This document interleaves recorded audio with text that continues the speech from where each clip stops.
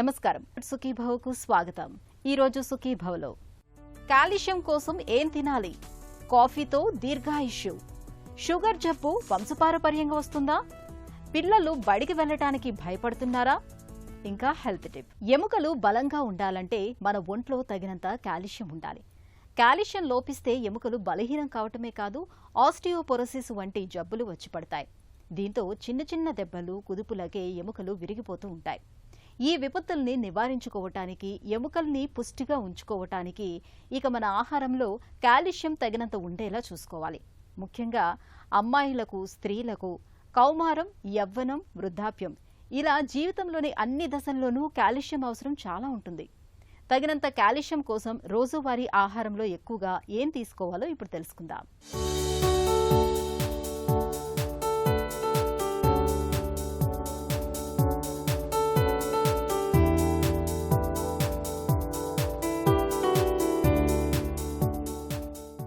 మంచి చేవగా ఉన్న కర్రను విరవడానికి బాగా కష్టపడాలి. అదే ఎండిపోయిన పుల్లైతే ఇలా పుట్టుక్కున విరిచి అలా అవతలకు పారేస్తాం. మన ఎముకలు అంతే, గట్టిగా ఉన్నప్పుడే బావుంటాయి, ఏ సమస్య ఉండదు. కానీ పెళుసుబారితే, గుల్లగా మారితే చిన్న చిన్న దెబ్బలకు సైతం పుట్టుక్కున విరిగిపోతాయి. ఎముకలు దృఢంగా తయారవడానికి కాల్షియం అనే పోషకం చాలా అవసరం. కండరాల నిర్మాణానికి, రక్తనాళాల పనితీరుకు, హార్మోన్లు, ఎంజైమ్ల ఉత్పత్తికి, నాడీ కణాలు, మెదడు మధ్య సమాచార మార్పిడికి, వీటన్నింటికీ శరీరంలో కాల్షియం నిల్వలు సమృద్ధిగా ఉండాల్సిందే. మరి ఇంతటి కీలకమైన ఈ పోషకం ఎలాంటి ఆహారాల్లో ఎక్కువగా లభిస్తుంది? మనకి శరీరానికి కాల్షియం ఎలా ఉపయోగపడుతుందంటే ముఖ్యంగా బోన్స్, ఎముకలు గట్టిపడడానికి, ఎముకలు తయారవడానికి, పిల్లలు పెరిగే వాళ్ళకి ఎముకలు బాగా పెరగడానికి మనకి కాల్షియం అవసరం. కాల్షియం రోజుకి 1000 మిల్లీగ్రామ్స్ వరకు వాడచ్చు. అది కంపల్సరీ ఐసీఎంఆర్ వాళ్ళు చెప్పిన పద్ధతి ప్రకారంగా, వాళ్ళ యొక్క పట్టిక ప్రకారంగా 1000 మిల్లీగ్రామ్స్ కాల్షియం ఆహారం ద్వారా రావాలి. ఇప్పుడు కాల్షియము మామూలుగా సాధ్యమైనంత మటుకు ఆహారం ద్వారా తెచ్చుకోవడం చాలా మంచిది. ఎటువంటి ఆహార పదార్థాలంటే కాల్షియం ఎక్కువగా కొన్ని ఆకుకూరలు అంటే పాలకూర, చుక్కకూర, గోంగూర ఇటువంటి వాటితో కాల్షియం వస్తుంది. అదేవిధంగా కొన్ని నట్స్ అంటే ఆల్మండ్స్, పిస్టాషియో వీటిలో నుంచి కూడాను, జీడిపప్పు ఇలాంటి వాటిలో కూడా కాల్షియం ఉంది. ఆకుకూరలు, ఇతర కూరగాయలు ఇవన్నిటిలోనూ కాల్షియం వస్తూ ఉంటుంది అన్నమాట. ఈ అన్నిటికంటే ఎక్కువ ఏంటంటే పాలల్లో చాలా కాల్షియం ఉంటుంది. పిల్లలకి పాల మీదే పెరుగుతూ ఉంటారు, అందుకని కాల్షియం ఇంపార్టెంట్. ఇప్పుడు ఏదైనా సరే కాల్షియము ఆహారం ద్వారా తిన్నంతసేపు చాలా మంచిది. ఇప్పుడు ఉందని టోఫు ఉంది, నట్స్ ఉన్నాయి, ఇప్పుడు ఎన్నో రకాలు కాల్షియం రిచ్ ఫుడ్స్ అని వస్తున్నాయి. అంటే ఏంటి, తిండి ఫుడ్స్ కాదు, కొన్ని విధాలుగా పండించిన న్యాచురల్ ఆహార పదార్థాల్లో కూడా కాల్షియం మనకి దొరుకుతూ ఉంటుంది అనమాట. మీకు ముఖ్యంగా నేను చెప్పేదంటే ఈ కాల్షియము బోన్స్ పెరుగుదలకి, బోన్స్ గట్టిపడడానికి, స్ట్రాంగ్గా ఉండడానికి, ఆర్గనైజేషను పెరుగుదలకు కూడా ఈ కాల్షియం చాలా ఇంపార్టెంట్. ఇంకొకటి ఏంటంటే ఇప్పుడు కాల్షియం మన శరీరానికి లభ్యం కావాలంటే వైటమిన్ డి కూడా కావాలి. అవి రెండు ఉండాలి. అంటే మనకి ఎండలో తిరుగుతూ ఉండి ఆ వైటమిన్ డి ఉండాలి. ఆ వైటమిన్ డి ఉన్నప్పుడు కాల్షియం బాడీలో శోషణ చెందుతుంది. సాధ్యమైనంత మటుకు ఈ కాల్షియం శరీరానికి పట్టాలంటే కొంచెం ఎండలో తిరిగి చేస్తూ ఉంటే అది వైటమిన్ డి లెవెల్స్ సమానంగా ఉన్నప్పుడు మన ఆహారం ద్వారా తీసుకున్న కాల్షియము అది ఒంటికి పడుతూ ఉంటుంది. ఈ బోన్ హెల్త్ ఉంటుంది. కాల్షియం శరీరానికి అత్యవసరమైన ఈ పోషకం పాలు, పాల ఉత్పత్తుల్లో సమృద్ధిగా లభిస్తుంది. పాలిష్ పట్టని ధాన్యాలు, పాలకూర, టమాటా, సోయాబీన్స్లో కూడా కాల్షియం పుష్కలంగా దొరుకుతుంది. రోజువారీ ఆహారంలో వీటిని ఒక భాగంగా చేసుకోవాలి. ప్రతినిత్యం 1 గ్లాసుడు పాలను తాగడాన్ని అలవాటుగా మార్చుకోవాలి. అయితే కొన్ని రకాల ఆహారాలను తీసుకున్నప్పుడు, కాఫీ, టీలను ఎక్కువగా తాగుతున్నప్పుడు శరీరానికి కాల్షియంను శోషించుకునే సామర్థ్యం తగ్గుతుంది. ఇప్పుడు ఈ కాల్షియం పద్ధతి గురించి చేసినప్పుడు మీకు ఒకటి చాలా జాగ్రత్తగా ఉండాలి. కాల్షియం చాలా అవసరం కదా, మన శరీరానికి చాలా అవసరం కదా. చాలామంది కాల్షియం టాబ్లెట్లు ఉత్తుత్తిని వేసేసుకుంటారు. అలాగే డాక్టర్ కన్సల్టేషన్ లేకుండా మన శరీరం రక్తంలో కాల్షియం లెవెల్స్ ఎంత ఉన్నాయో చూసుకొని దాన్ని బట్టి కాల్షియం వేసుకోవాల్సిన అవసరం ఉంది. ఇష్టం వచ్చినట్లు వేసుకుంటే ఎక్కువ కాల్షియం అయిపోయేటప్పటికి జాయింట్స్ దగ్గర అక్కడను అవి పట్టేస్తామన్నమాట. కాల్షియం డిపాజిట్స్ వచ్చేస్తాయి. ఆ డిపాజిట్లు రావడంతో ఇరిగిపోవడం, లేకపోతే విపరీతమైన జాయింట్ పెయిన్స్ రావడం ఇవన్నీ వస్తుంటాయి. ఇంకోటి ఏంటంటే కాల్షియం మనకి ఎక్కువగా ఆక్సలేట్ రూపంగా ఉంటుంది. ఈ కాల్షియం ఆక్సలేట్ రూపంగా దొరుకుతుంది కాబట్టి మనం ఆకుకూరల్లో ఫైటేట్స్ అని ఉంటాయి. ఈ ఆకుకూరలోనూ ఈ కూరగాయలు కలుపుకొని తినినప్పుడు కాల్షియం ఫైటేట్స్ కింద ఫార్మ్ అయ్యి అవి స్టోన్స్ కింద అవుతాయి. ఆ కిడ్నీ స్టోన్స్ కానీ గాల్ బ్లాడర్ స్టోన్స్ కానీ ఇలాంటివి ఫార్మ్ అవుతాయి. పాలకూరలాగే తినాలి, ఇంక దేంతో కలుపుకోవటం. పాలు, పాల ఉత్పత్తులు కొంతమందికి సరిపడవు. ఇలాంటప్పుడు శరీరంలో కాల్షియం లోపించే అవకాశం ఎక్కువగా ఉంటుంది. ఇలాంటి పరిస్థితుల్లో కాల్షియం సప్లిమెంట్లను తీసుకోవచ్చు. అయితే మాత్రల రూపంలో కన్నా సహజ సిద్ధమైన ఆహారాల ద్వారానే కాల్షియంను అందించడం చాలా మేలని చెబుతారు డాక్టర్లు. కాల్షియంను ఎక్కువగా అందిస్తే ఎముకలు బాగా దృఢంగా గట్టిగా తయారవుతాయనే నమ్మకంతో చాలామంది అవసరం లేకున్నా నిత్యం కాల్షియం టాబ్లెట్లను తీసుకోవడాన్ని ఒక అలవాటుగా మార్చుకుంటారు. నిజానికి శరీరంలో కాల్షియం ఎక్కువైనా ఇబ్బందేనని గుర్తుంచుకోవాలి. ఆహారం ద్వారా వచ్చిన కాల్షియంలో మనకి ఎక్కువ ప్రాబ్లం ఉండదు. అదే ట్యాబ్లెట్ల కింద తీసుకున్న కాల్షియం అయితే కంపల్సరీ డిపాజిట్స్ అయిపోతూ ఉంటుంది. అది జాగ్రత్తగా డాక్టర్ కన్సల్టేషన్ తీసుకొని ఎన్ని రోజులు కాబట్టి అన్ని రోజులే తీసుకొని ఆపుతూ ఉండవాలి. ఈ అన్ని జాగ్రత్తలు కాల్షియం తోటి చాలా ఇదిగా ఉండాలి. దానికి కాల్షియం ఫుడ్స్, దాని యొక్క కాంబినేషన్ ఫుడ్స్ తోటి ఆలోచించి సరిగా మనం కలుపుకొని తినవలసిన అవసరం ఉంది. ఒకదానికి ఇది మంచిది కదా అని ఇది కలిపేసి ఏదో చేసుకుంటూ ఉంటే కాదు, కొన్ని ఆలోచనలు చేసుకొని ఆక్సిలేట్స్ కానీ ఫైటేట్స్ కానీ కలిపి రాళ్ళు కింద ఫార్మ్ కాకుండా జాగ్రత్తగా తినవలసిన అవసరం చాలా ఉంది. అన్ని వయసుల వాళ్ళు కాల్షియంకి వాడాలి, తినాలి, రెగ్యులర్గా చూసుకోవాలి. లేకపోతే బోన్ హెల్త్, ఎముకలు స్ట్రాంగ్గా ఉండాలన్నా, ఎముకలు బాగా పెరగాలన్నా, పిల్లలకి కాల్షియం చాలా ఎక్కువ. ఇప్పుడు పాల ద్వారా ఇచ్చారనుకోండి, బాగా పాలు ఫుల్గా ఇస్తే అది ఈజీగా అబ్జార్బ్ అయిపోద్ది. అలాగే చేపలు ఇచ్చారు, చేప ముళ్ళు లాంటివి వాళ్ళు తిన్నా అవి కూడా అబ్జార్బ్ అవుతాయి. ఆకుకూరలు వాటిల్లో ద్వారా ఉన్న కాల్షియం అబ్జార్బ్. కానీ ట్యాబ్లెట్స్ ద్వారా ఇచ్చినప్పుడు చాలా చాలా జాగ్రత్తగాను డాక్టర్ కన్సల్టేషన్ చూస్తూ బ్లడ్ లెవెల్స్ చూసుకుంటూ దాన్ని బట్టి తీసుకోవాల్సిన అవసరం ఉంది. ఈ చిన్న చిన్న సూచనలు పెడుతూ ఉంటే ఇలాంటి ప్రాబ్లమ్స్ రావు. అదే రకం ఇప్పుడు పెద్దవాళ్ళు ఎక్కువగా తిరగరు, ఎండలో తిరగరు కాబట్టి వాళ్ళకి ఇంకా కొంచెం జాగ్రత్తగా కాల్షియం లెవెల్స్ మానిటర్ చేసుకోవాల్సిన అవసరం ఉంది. కాల్షియం లోపాన్ని నివారించుకోవడానికి పాలు, పాల ఉత్పత్తుల్ని తరచూ తీసుకోవాలి. నిత్యం గ్లాసుడు పాలను తాగడాన్ని అలవాటు చేసుకోవాలి. ముడి ధాన్యాలు, కాల్షియం పుష్కలంగా లభించే పాలకూర, టమాటా, సోయాబీన్స్ వంటి ఆహారాలను రోజువారీ ఆహారంలో ఒక భాగంగా చేసుకోవాలి. కాల్షియం శోషణను అడ్డుకునే కాఫీ, టీలను బాగా తగ్గించాలి. ఈ జాగ్రత్తలు తీసుకోవడం ద్వారా కాల్షియం లోపాన్ని చక్కగా నివారించుకోవచ్చు. హెల్త్ న్యూస్ మీకోసం.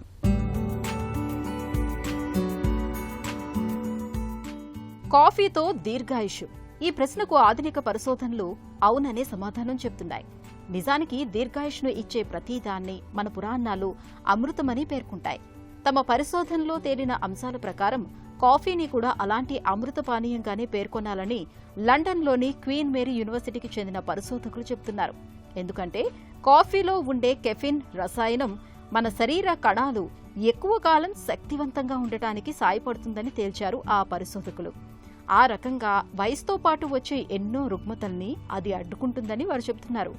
మనిషి దీర్ఘాయుషుకి ఓ కణం స్థాయిలో ఏమేం చెయ్యొచ్చన్న అంశంపైన గత 10 ఏళ్లుగా పరిశోధకులు పరిశోధన చేస్తున్నారు. వయసు కారణంగా మామూలుగా మన కణాలు బలహీనపడుతూ ఉంటాయి. అలాంటప్పుడు వాటిని ఇలా డల్గా మారితే కుదరదు, మీరు శక్తి పుంజుకోవాల్సిందే అని ఆదేశించే స్విచ్ లాంటి ఎంజైమ్ ఒకటి ఉంటుంది. దాని పేరు AMPK. ఈ ఎంజైమ్ అనేది కణాలను కేవలం హెచ్చరించడమే కాదు, అవి శక్తిని పుంజుకునేందుకు సాయం కూడా చేస్తుందట. ఈ స్విచ్ మనుషుల్లో ఈస్ట్లో మాత్రమే ఉంటుందట. ఒక్కోసారి కణాలతో పాటు ఈ స్విచ్ కూడా శక్తివిహీనంగా మారుతూ ఉంటుంది. అలాంటప్పుడు కాఫీలోని కెఫిన్ రసాయనం ఆ స్విచ్ను ప్రేరేపిస్తుందని కనిపెట్టారు క్వీన్ మేరీ విశ్వవిద్యాలయానికి చెందిన శాస్త్రవేత్తలు. ఈ నేపథ్యంలో రోజు 1-2 కప్పుల కాఫీ తాగటం ఆరోగ్యానికి, ఆయుష్కు మంచిదని పరిశోధకులు సూచిస్తున్నారు. తల్లిదండ్రుల నుంచి ఆస్తుల్ని వారసత్వంగా పొందినట్లే కొన్ని రకాల జబ్బులు కూడా వారసత్వంగా వస్తూ ఉంటాయి. ఇవాళ సామాజిక సమస్యగా మారిన మధుమేహం గురించి కూడా ఇలాంటి సందేహమే చాలా మందిలో కనిపిస్తోంది. మధుమేహం కూడా అమ్మా నాన్నల నుంచి పిల్లలకి ఏమైనా వారసత్వంగా సంక్రమించే అవకాశం ఉందా అని అనుమానపడుతూ ఉంటారు. మరి ఈ అనుమానంలో నిజమెంత? షుగర్ జబ్బు నిజంగానే వంశపారపర్యంగా వచ్చే అవకాశం ఉంటుందా అంటే పూర్తిగా అవునని, కాదని సమాధానం చెప్పలేమని చెబుతున్నారు నిపుణులు. మధుమేహం వంశపారంపర్యత గురించి డాక్టర్ ఏం చెబుతున్నారో ఇప్పుడు విందాం. డయాబెటీస్ అనేది ఫెమిలియల్ డిసీజ్ అంటాం అనమాట. అంటే కొన్ని కుటుంబాల్లో ఎక్కువగా కనిపిస్తుంది. ఎందుకు కొన్ని కుటుంబాల్లో ఎక్కువగా కనిపిస్తున్న విషయంలో మనకి ఇప్పటివరకు అవగాహన లేదు. కానీ డయాబెటీస్ అనేది ఒక ఫెమిలియల్ డిసీజ్, అది హెరిడిటరీ డిసీజ్ కాదు. అంటే హెరిడిటరీ అంటే ఏంటంటే దాంట్లో ఒక రకమైన క్రమం ఉండాలన్నమాట. అంటే ఇప్పుడు పెద్దవాళ్ళకు ఉన్నట్లయితే వాళ్ళ పుట్టిన పిల్లల్లో సగం మందికి ఉన్నట్లయితే ఆటోజోమల్ డామినెంట్ అంటాం. ఒక పావు భాగం మంది అంటే 20% మందికి ఉన్నట్లయితే ఆటోజోమల్ రెసెసివ్ అంటాం. సెక్స్ లింక్డ్ అంటారు కొన్ని, అంటే ఎక్స్ వై క్రోమోజోమ్లకు సంబంధించిన జబ్బులు కొన్ని ఉంటాయి. అలా ఉన్న వాటిని హెరిడిటరీ అంటాం అనమాట. అలా మనం అనువంశిక ఒక క్రమం లేని వ్యాధులు, ఈ డయాబెటీస్ లాంటి వాటిని మనం హెరిడిటరీ అంటానికి వీల్లేదు. మరికొన్ని ఇంకా జెనెటిక్ వ్యాధులని కొన్ని ఉంటాయి. అంటే కొన్ని జీన్స్, మనకు తెలిసిన జీన్స్ అనమాట. అది ఆ జీన్స్కి సంబంధించిన వ్యాధులు అవి. ఇప్పుడు ట్రైజోమీ 21 అని ఇలా రకరకాల వ్యాధులు, కొన్ని జన్యుపరంగా వచ్చేటువంటి వ్యాధులు తెలిసినవి కొన్ని ఉన్నాయి మనకి. ఇలా డయాబెటీస్లో ఒక రకం జీను, ఏ రకం జీను తప్పు ఉంది, ఏ జీను లేదా ఒక జీన్ సమూహాలు, అంటే ఇప్పుడు లావుగలు శరీరం బరువు పెంచేటువంటి జీన్సా, లేదా రక్తంలో గ్లూకోజ్ పెంచే జీన్సా, లేదా మనం తీసుకున్నటువంటి ఆహారం జీర్ణం కాకుండా రక్తంలోనే ఎక్కువగా నిలవ ఉండిపోయేటటువంటి జీన్సా, లివర్ జీన్సా, ఇలా ఎన్నో రకాల పరిశోధనలు, దీని గురించిన పరిశోధనలు కొన్ని సంవత్సరాలుగా నడుస్తున్నాయన్నమాట. ప్రపంచం మొత్తం అన్ని దేశాల్లోనూ, మన దేశంలో కూడా జన్యు సంబంధమైన పరిశోధనలు ఎన్నో జరిగాయి. కానీ ఇప్పటివరకు డయాబెటీస్కి సంబంధించి ఒక జన్యువును కానీ కొన్ని జన్యువులను కానీ మనం గుర్తించలేకపోయాం. కాబట్టి ఇది జెనెటిక్ డిసీజ్ అని కూడా అన్నాం. ఈ యొక్క పరిశోధనల యొక్క ఫలితం ఏంటంటే, ఇప్పుడు ఎవరికైనా తల్లిదండ్రులకు ఉన్నట్లయితే వాళ్ళ పిల్లలందరికీ డయాబెటీస్ వస్తుందని చెప్పడానికి లేదు. అలాగే ఎవరికైనా డయాబెటీస్ ఉన్నట్లయితే వాళ్ళకి పెళ్లి విషయంలో పెళ్లి చేసుకోకూడదు అనేటువంటి జెనెటిక్ కౌన్సిలింగ్లు ఇవ్వకూడదు. ఎవరు అలా చెప్పకూడదు. అలాగే ఎవరైనా మరి ఆడపిల్లలు ముఖ్యంగా చిన్న వయసులోనే డయాబెటీస్ వచ్చిన వాళ్ళు ఉన్నట్లయితే వాళ్ళకి పెళ్లి చేసుకోవడానికి వీల్లేదని చెప్పి అనవసరమైనటువంటి కొన్ని అపవాదులు ఉన్నాయన్నమాట.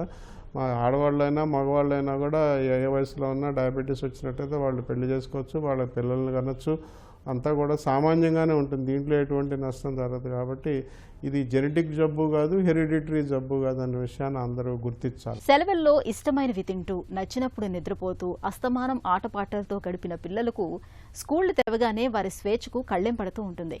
అయితే కొంతమంది పిల్లలు ఇష్టంగా స్కూలుకు వెడితే మరికొందరేమో బడి అంటేనే భయపడిపోతూ ఉంటారు. వెళ్లనంటే వెళ్లనని మొండికేస్తూ ఉంటారు. పిల్లల్లో కనిపించే ఈ రకమైన భయాందోళనని స్కూల్ ఫోబియా అని పిలుస్తారు.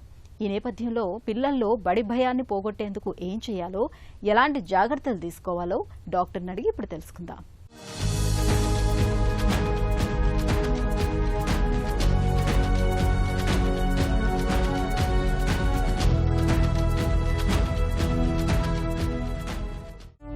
స్కూల్ ఫోబియా అంటే ఏంటి? స్కూల్ ఫోబియా అంటే భయం, విపరీతమైనటువంటి భయం. కొద్దిగా సున్నితమైన మనస్తత్వం ఉండేటటువంటి పిల్లలు సహజ సిద్ధంగా ఏంటంటే అది బయటికి స్కూల్కి వెళ్ళటం అనేటటువంటిదే ఒక ఫియర్ కింద, ఒక భయం కింద డెవలప్ చేసుకుంటారు. దాన్ని స్కూల్ ఫోబియా అంటారు. ఆ భయానికి చాలా కారణాలు ఉంటాయి. సో వాళ్ళు యూజువల్గా ఏంటంటే, నాన్న ఈ ఒక్క రోజుకి వెళ్ళను, లేదంటే సోమవారం నుంచి వెళ్తాను, ఇలా అంటూ ఏం చేస్తారంటే ఆ భయాన్ని పోస్ట్పోన్ చేస్తూ 10 రోజులు మానేసే వ్యక్తికి 11 రోజు వెళ్ళటం అనేది ఇంకా కష్టం. సో అదేమవుతుందంటే they try to avoid. So school phobia అనేటటువంటిది ఏంటంటే స్కూల్ని భయం వల్ల అవాయిడ్ చేస్తూ, స్కూల్ని తప్పించుకుంటూ, చదవాలనేటటువంటి ఇంట్రెస్ట్ ఉన్నా కూడా స్కూల్కి వెళ్ళాలనే ఆలోచన పోస్ట్పోన్ చేయటం అనేటటువంటి దాన్ని స్కూల్ ఫోబియా అని మనం అంటూ ఉంటాం. పిల్లల్లో బడి భయానికి ఎలాంటి కారణాలను చెప్పుకోవచ్చు? బడికి వెళ్ళటానికి భయపడేటటువంటి పిల్లల్లో చాలా ముఖ్యమైనటువంటి కొన్ని కారణాలు ఉన్నాయండి. ఒకటి ఏంటంటే స్కూల్ వాతావరణం వాళ్ళకి కావాల్సినటువంటి విధంగా ఉండకపోవటం, అంటే రిస్ట్రిక్ట్గా ఉండటం, లేదంటే ఆటపాట లేకపోవటం, స్కూల్ అనేటువంటి అట్మాస్ఫియర్ ఎంటర్టైనింగ్గా లేకపోవటం, నెంబర్ 1. నెంబర్ 2 ఏంటంటే ఇంట్రోవర్ట్గా ఉండటం, స్కూల్కి వెళ్తే ఎక్కువ స్నేహితుల్ని చేసుకోలేకపోవటం. నెంబర్ 3 ఏంటంటే స్ట్రిక్ట్గా ఉండేటటువంటి టీచర్స్. 4వ కేటగిరీ ఏంటంటే అసలు స్కూల్కి వెళ్ళటం వల్ల వాళ్ళు స్కూల్లో నడిచేటటువంటి చదువుని ఈక్వల్గా తీసుకోగలుగుతున్నారా, ఆ ప్రయాణం అనేది బ్యాలెన్స్డ్గా ఉందా, లేదంటే వెనకబడుతున్నారా వాళ్ళు, లేదంటే అర్థం అవ్వట్లేదా సబ్జెక్టు, వాళ్ళకి మెమరీ అనేటటువంటిది డిస్టర్బ్, ఫోకస్ అండ్ కాన్సన్ట్రేషన్ చేయలేకపోతున్నాయి, మార్కులు తగ్గుతున్నాయి. మార్కులు తగ్గటం వల్ల స్కూల్లో టీచర్స్ యొక్క ఒత్తిడి కానీ, లేదంటే ఇంట్లో పేరెంట్స్ అన్నీ ఒత్తిడి వస్తుంది. 5వ పాయింట్ ఏంటంటే బుల్లింగ్ ఏమైనా ఉందా స్కూల్లో, అంటే ఎవరిని అనకూడనటువంటి మాటలు ఏడిపించుకునేటువంటి విధంగా పిల్లల్ని ఎవరిని ఏడిపిస్తున్నారా. ఆరోది ఏంటంటే లేదు సార్ ఇవి ఏమీ లేవు అంటే కనుక విపరీతమైనటువంటి సున్నితమైనటువంటి మనస్తత్వం ఉండేటటువంటి పిల్లల, అంటే చిన్నవాటికి పెద్దవాటికి అవతల సైడ్ నుంచి పెద్ద అంత ప్రమేయం లేకపోయినా వీళ్ళు అతిగా ఆలోచించి భయపడేటటువంటి మనస్తత్వం ఉందా. సో ఇలాంటి కేటగిరీస్ వల్ల స్కూల్ ఫోబియా లేదంటే బడికి సంబంధించినటువంటి భయం అనేది ఏర్పడుతుంది. స్కూల్ ఫోబియాతో పిల్లల్లో ఎలాంటి సమస్యలు తలెత్తవచ్చు? స్కూల్ ఫోబియా వల్ల చాలా కామన్గా మనం తెలియంది ఏముందండి, స్కూల్కి వెళ్ళటం అనేటటువంటి రోజుని పోస్ట్పోన్ చేస్తూ ఉంటారు. దానివల్ల చదువు రీత్యా తెలివైనటువంటి పిల్లలు అయినా కూడా అన్ని విధాలుగా తెలివితేటలుండి ఇంతకుముందు స్కూల్లో మంచి ర్యాంకులు మంచి గ్రేడ్స్ వచ్చినటువంటి పిల్లలు కూడా చదువులో వెనకబడటం వల్ల వాళ్ళ సెల్ఫ్ కాన్ఫిడెన్స్ అనేటటువంటిది చాలా వెనకబడుతూ ఉంటుంది. నెంబర్ 2 ఏంటంటే ఈ స్కూల్ ఫోబియా వల్ల పిల్లలు సరిగ్గా తినరు, సరిగ్గా పడుకోరు కూడా. ఇది ఆరోగ్యరీత్యా సమస్యలు వస్తాయండి. నెంబర్ 4 ఏంటంటే స్కూల్ మానేయటం వల్ల ఎక్కువ టైం అనేటటువంటి వాళ్ళు కళ్ళెదురుగుంటూ ఉండటం వల్ల ఏదో తూతూ మంత్రంగా కొంతమంది పిల్లలు చదువుతారు, లేదంటే కొంతమందికి స్కూల్ ఫోబియా కాస్త చదువు ఫోబియా కింద మారిపోయి ఆ పుస్తకాలన్నీ కూడా కట్టకట్టి అటక మీద పెట్టేసి తల్లిదండ్రుల చేత కాన్స్టెంట్గా ఇంట్లో ఒక ఫైటింగ్ సిచ్యువేషన్ అన్నది ఏర్పడుతూ ఉంటుంది అనమాట. ఎప్పుడు వెళ్తావు, రేపన్నా వెళ్తావా, ఈ రోజన్నా వెళ్తావు, ఎందుకు వెళ్ళట్లేదు, ఇవన్నీ చేస్తూ ఉంటారు.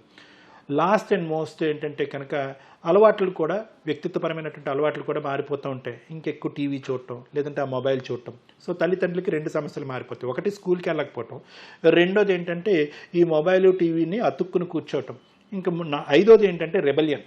అంటే కొంతమంది వెళ్తామమ్మా అని ఏడుస్తూ బాధపడుతూ మాట్లాడుతూ ఉంటారు, కొంతమంది పిల్లలు ఎదురుదాడి చేస్తూ ఉంటారు, గొడవలు పడుతూ ఉంటారు, తల్లిదండ్రులకి ఎదురు సమాధానం చెప్తూ ఉంటారు. అదొక సమస్య కింద మారిపోతుందండి. సో ఇలాంటి రకరకాల సమస్యలు అనేవి కూడా స్కూల్ ఫోబియా వల్ల మనం చూస్తూ ఉంటాం. బడి అంటే భయపడే పిల్లల్ని బలవంతంగా స్కూలుకు పంపించటం మంచిదేనా? చదువు మీద ఏర్పడినటువంటి భయాన్ని నిదానంగా తగ్గించాలి కానీ విపరీతంగా బలవంతం పెట్టడం, కొట్టి తిట్టే పరిస్థితి చేయటం, అవమానించటం, పక్క పిల్లలతో కంపేర్ చేయటము, లేదంటే నలుగురు కుటుంబ సభ్యులు అందరూ ఇన్వాల్వ్ అయిపోయి అదే పనిగా ఆ చెవులో ఆ పాట పాడటం అనేది చాలా ప్రధానమైన సమస్య. కాబట్టి ఏంటంటే కొంతవరకు ప్రోత్సాహకరంగా బలవంతం పెట్టాలి, ఆలోచన పరంగా బలవంతం పెట్టాలి. వాళ్ళలో ఉండేటటువంటి కెపాసిటీస్, ఆ పిల్లల్లో ఉండేటటువంటి కెపాసిటీస్ వాళ్ళు గుర్తు చేసుకునేటటువంటి విధంగా బలవంతం పెట్టాలి అని అంటాము కానీ తిట్టి కొట్టి చేయటం వల్ల అసలు సమస్య జటిలమవుతుంది. పిల్లల్లో బడి భయాన్ని పోగొట్టేందుకు ఎలాంటి జాగ్రత్తలు తీసుకోవాలి? ఎప్పుడు కూడా ఆదిలోనే మనం జాగ్రత్త తీసుకోవాలండి. అది అలవాటు కింద మారితే కనుక అది చాలా జిగటగా, చాలా విపరీతంగా, చాలా భయంకరంగా మారిపోతూ ఉంటుంది. సో తల్లిదండ్రులు ప్రధానంగా ఏంటంటే ఎప్పుడు కూడా చదువు అనేది ఒక ప్రోత్సాహకరమైనటువంటి, ఒక ఆనందకరమైనటువంటి అంశంగా ఇంటి వాతావరణాన్ని క్రియేట్ చేయడం అనేది చాలా ఇంపార్టెంట్. ఎన్ని మార్కులు వచ్చినాయి, ఎంత చదివా అనేది కాకుండా ఏం అర్థం చేసుకున్నాం, ఏం నేర్చుకున్నాం, ఆ సబ్జెక్టు, ఆ చదువుని పిల్లలు ఎంజాయ్ చేస్తున్నారా, స్కూల్ని ఎంజాయ్ చేస్తున్నారా అనే విధంగా స్కూల్లో జరిగేటటువంటి అంశాలని తల్లిదండ్రులు సాయంత్రం పూట పిల్లలతో పాటు కూర్చుని వాళ్ళతో మాట్లాడుతూ వాళ్ళతో ఆనందదాయకంగా ఒక ఆహ్లాదకరమైనటువంటి వాతావరణంలో స్కూల్కి సంబంధించిన విషయాలు మాట్లాడుకుంటూ ఉండాలి. ఓన్లీ ఎంత చదివే ఎన్ని మార్కులు వచ్చేవి అనేది కాకుండా పిల్లలు స్కూల్కి వెళ్ళినప్పుడు ఏదైనా తెలిసి తెలియనటువంటి ఒత్తిడికి లోనవుతున్నారా, ఆ ఒత్తిడి మీ సలహా సూచన వల్ల ఏమన్నా దాన్ని దాటివేయగలవాన్ని ముందస్తునే మనం అది తెలుసుకునేటటువంటి ప్రయత్నం, ఒక సంభాషణలో దింపి మాట్లాడే ప్రయత్నం చేస్తే విపరీతమైనటువంటి స్కూల్ ఫోబియా అనేది రాకుండా ఉంటుంది. ఎందుకంటే స్కూల్లో యూజువల్గా పిల్లలు ఏంటంటే ఆ ఒత్తిడిని, స్కూల్లో ఒత్తిడి, ఇందాక నేను చెప్పినటువంటి రకరకాల కారణాల వల్ల వచ్చే ఒత్తిడిని భరిస్తూ ఫైనల్గా ఏం చేస్తారంటే ఎవరు చెప్పుకోవటానికి లేనప్పుడు కానీ, వినటానికి లేనప్పుడు కానీ, లేదంటే వాళ్ళు చెప్పుకున్నా కూడా ఏదో తీసి పాడేసేటటువంటి విధంగా అవతల వాళ్ళు తల్లిదండ్రులు అలా మాట్లాడినటువంటి పరిస్థితుల్లో ఏం చేస్తారంటే వాళ్ళు యూజువల్గా సడన్గా స్కూల్కి వెళ్ళటం మానేస్తారు. కారణాలు కూడా చెప్పరు. ఇంకా అది కాస్త 1, 2, 3, 4 రోజులు అయ్యి ఇంకా కంప్లీట్గా స్కూల్ ఫోబియా కింద మారిపోయి ఒక వేరే సమస్య కింద మారిపోతుంది.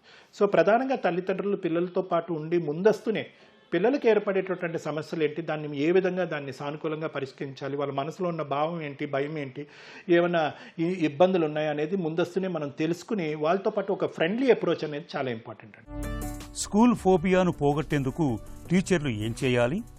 స్కూల్ ఫోబియాలో టీచర్లు, ప్రిన్సిపల్లు, లేదంటే ఎవరైతే ముఖ్యమైనటువంటి వ్యక్తులు ఉంటారో చాలా స్కూల్స్లో కౌన్సిలర్స్ ఉంటారండి. ఒకప్పుడు కౌన్సిలర్స్ లేకపోయినా టీచర్లు ప్రధానమైనటువంటి పాత్ర పోషించవచ్చు. ఎందుకంటే యూజువల్గా సహజంగా ఏంటంటే చాలామందికి ఉన్న అభిప్రాయం ఏంటంటే స్కూల్కి రానటువంటి పిల్లలు అల్లరి పిల్లలు, లేదంటే తప్పుడుగా ప్రవర్తించే పిల్లలు, లేదంటే ఇంకో విధంగా ఉండేటటువంటి పిల్లలుగా పరిగణిస్తూ ఉంటారు. దయచేసి అందరు పిల్లలు ఆ కేటగిరీలో రారు అనేది గుర్తుపెట్టుకోండి. స్కూల్కి వెళ్ళినటువంటి పిల్లలు యూజువల్గా సెన్సిటివ్గా ఉండే మనస్తత్వం ఉన్న పిల్లలుగా కూడా మీరు పరిగణనలోకి తీసుకోవాలి.